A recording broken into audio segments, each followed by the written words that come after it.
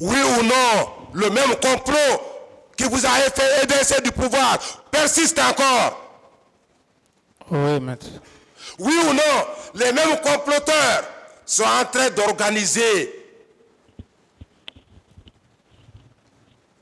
et de poursuivre la réalisation de leur forfaiture, Monsieur le Président. Oui, maître.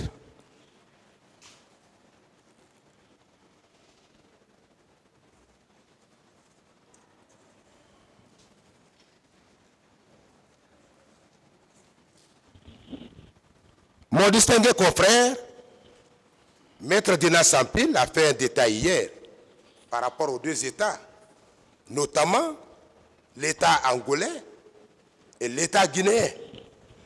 Comment l'État guinéen, à travers le premier président de la République de Guinée, paix à son âme, feu Ahmed Sékou Touré, le peuple de Guinée a participé à la décolonisation, à la lutte de l'indépendance de l'État angolais.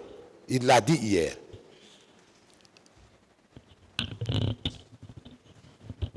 Il l'a dit hier. Est-ce que selon vous, qu'est-ce que la Guinée a envié à un État comme Angola, à l'effet de venir former ses agents secrets? Ça n'a jamais existé, maître. Pour vous dire que c'était dans une intention nuisible, dans une intention destructive, que le nommé Sarli a soutenu, que vous n'avez jamais été à la présidence. Dans son écrit, hein, il dit que vous n'avez jamais été à la présidence. Il va jusqu'à dire que vous n'avez jamais dormi, vous n'avez jamais passé la nuit à la présidence.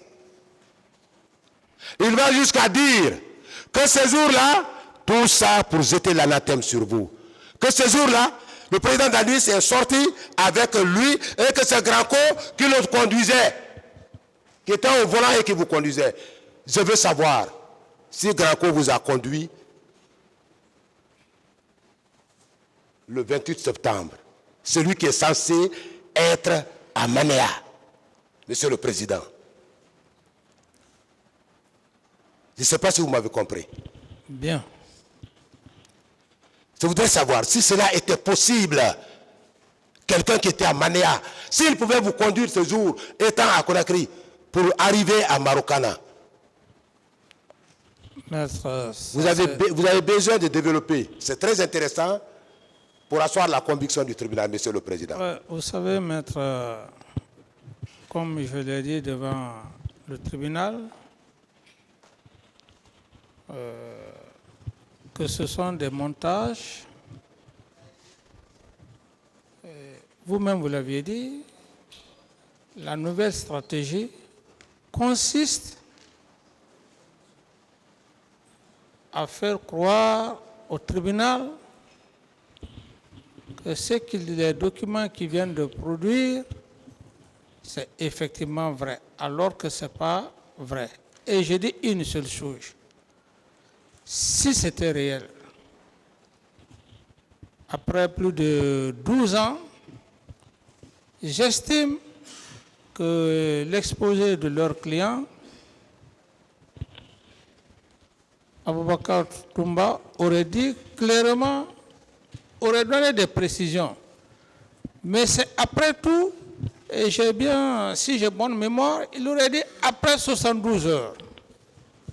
Ce sont des montages, mais purement et simplement. Et comme vous le dites, la stratégie continue. Mais j'ai la ferme conviction,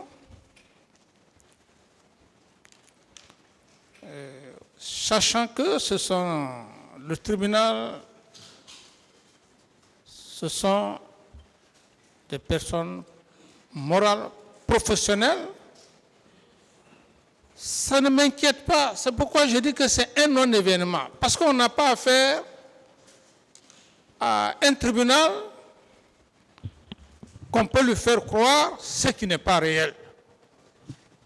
Ça ne me fait ni froid ni chaud, parce que j'ai la conviction que personne ne peut occulter l'intelligence et la pertinence de cet auguste tribunal.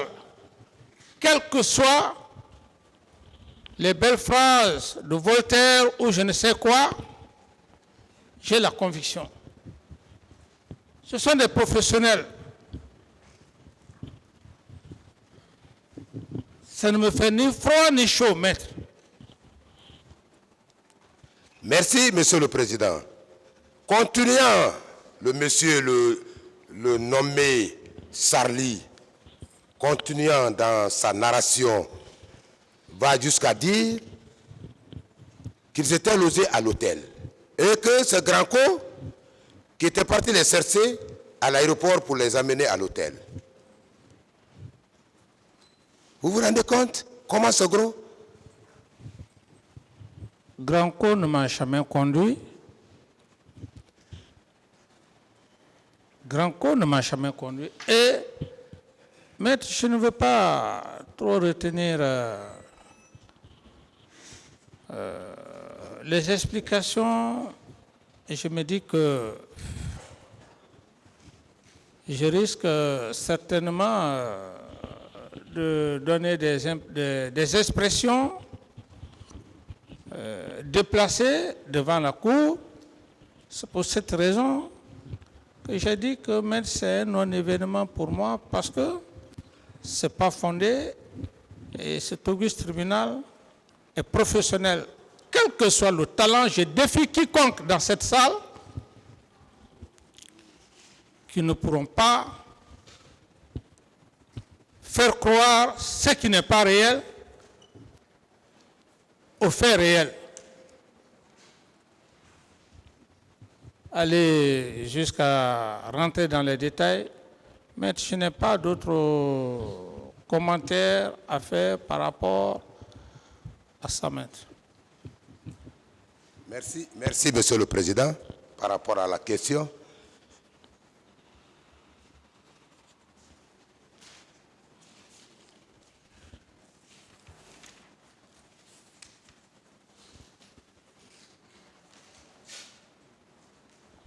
Je voudrais revenir à une des questions posées par mon confrère, un des confrères de la partie civile, portant sur l'irrationnel, notamment le fétichisme.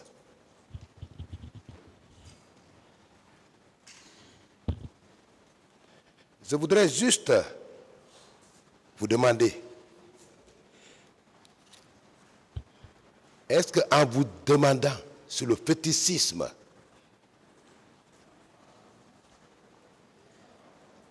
cela a un rapport avec les faits poursuivis? Maître, je crois qu'à ce niveau, l'objectif recherché par rapport à toutes ces calomnies, ces diffamations, c'est juste le motif de dénigrement. Ça n'a aucun rapport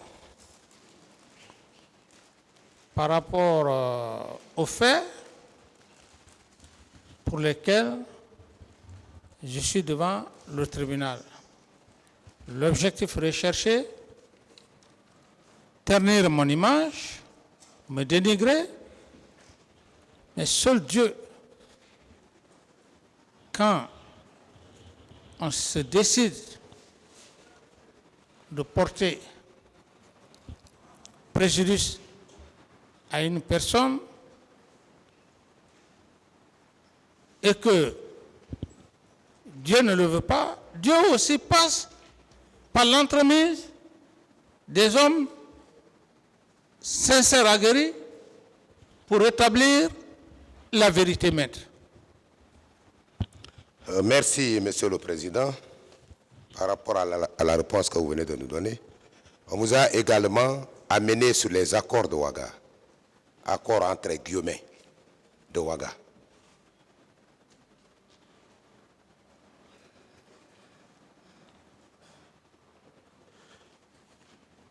Selon vous,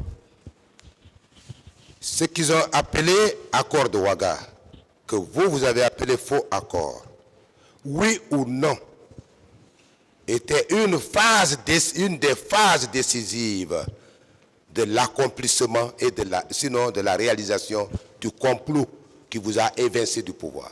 Oui, maître.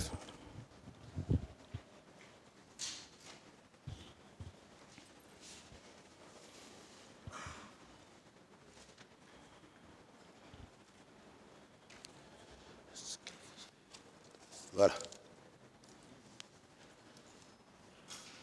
Parlant des victimes de viol,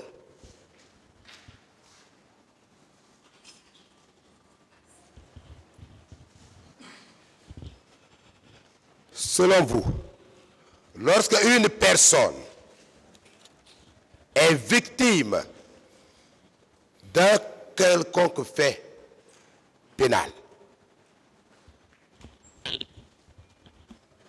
et que une commission, comme ce fut le cas des événements du 28 septembre, une commission a été installée à l'effet d'auditionner, de recevoir chaque victime. Selon vous, parlant des cas de vol, ces victimes-là devraient être les premières dans la précipitation totale de se rendre devant la commission d'enquête nationale ou internationale, oui ou non? Oui, maître. Vous êtes victime d'une infraction. On crée une institution à l'effet d'enquêter. Oui, maître. S'ils ne le font pas, on peut vous reprocher ça? Aucunement pas. De là, on est arrivé à la situation des issues. Une issue serait située derrière votre appartement. Vous avez été très content par rapport à la réponse que vous avez donnée hier.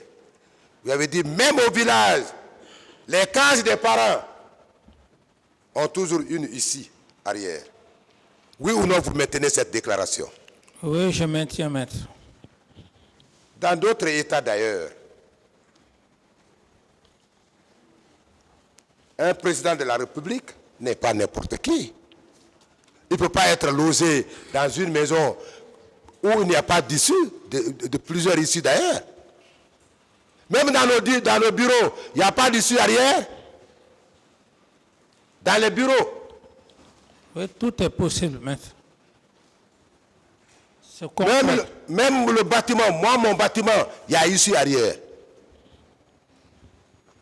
C'est concret, maître. À moins que l'on soit un mauvais architecte.